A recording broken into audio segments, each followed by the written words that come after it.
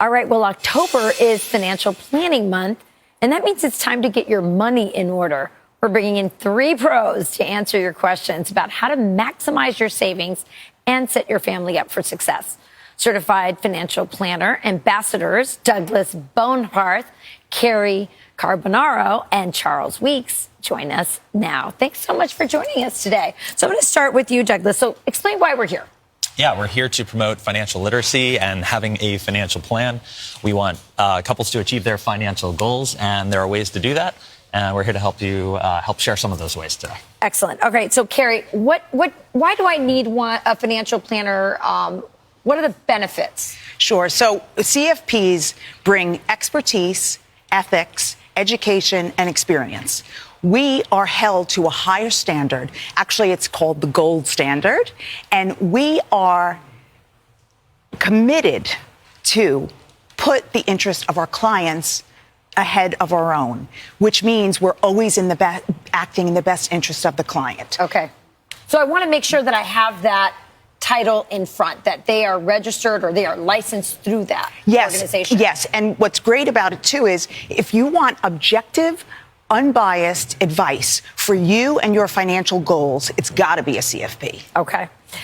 So let's talk about couples. We're hearing a lot of couples are not combining their finances. So when couples come together, do you think they should have a combined accounts? Should they have separate accounts? Should there be some mix of both? I'm not talking about from a romantic point of view. I'm talking about just financial. Well, I think every situation is different for every couple, but I think someone just recently wrote a book about this. So I think That's all right, Doug might absolutely. So, of course, everything we're talking about is for general information purposes here, but almost all the data, all the research shows that, especially in the early years of your relationship, that combining finances is the way to go. It promotes transparency, it promotes teamwork, but above all, it promotes better communication between couples. So yes, join your accounts together, operate out of a joint account. You can still have autonomy by having an individual account. No one said you can't lose your individuality here, but all research would point to the fact that you want to join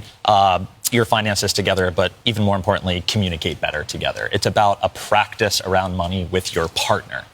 Oh, I love that, because finances is probably the #1 reason why people get divorced. So that and infidelity. Well, yeah, true. All right, so we have some questions from the viewers. So as a woman, this is a question for you, Cary. Yeah. As a woman who took time off work to raise kids, what can I do to catch up on my retirement savings? That's a really great question. Such a good question. So my daughter-in-law is a stay-at-home mom. And guess what? It's never too late to catch up on your retirement. So what I would do is, if I was going back to work, I would max out my either 401k, 403b, IRA as much as I can. If I'm not going back to work, I would start to do a spousal IRA every year, which you can put money, even if you don't have earned income, into. Also, I would take advantage of, when you're over 50, you get all those great catch-up contributions that you can put even more money away. Now, also, women, we live long. Yeah. So we have to plan for longevity more than men. Great point. And so one thing I would think about is delaying my Social Security, because from full retirement age to age 70, you get an 8% increase every single year. So because we have that long lifespan, that would really help women. Yeah, you need it. All right, this one's for you, Charles. Is now a good time to invest in the market, or should I focus on paying off my debts first? It's a great question, and I get it very often, and my response is always the same. Not all debt is created equal, so it depends on what kind of debt that we're talking about. If it's bad debt, say credit cards or personal loans where interest rates are 20+%, it's going to be really hard to save and invest and outpace those type of interest rates, so we want to pay those off immediately. If it's something like higher interest rate or longer-term auto loans, we may look at that and say, you know what, if we're going to be able to save and invest in a 401k and get a company match, then maybe we want to save there. If it's good debt, like mortgage debt or even student loan debt, some of that interest could be tax deductible, and then we could also refinance at a certain time in the future if rates drop.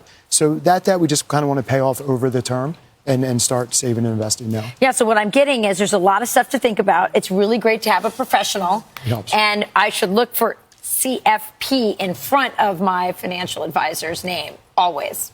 Yes. All right. Let's do that. Douglas, Cary, and Charles, thanks so much for joining us today. And you can, if you want to learn more and get your finances in shape, you can find a CFP professional near you at letsmakeaplan.org.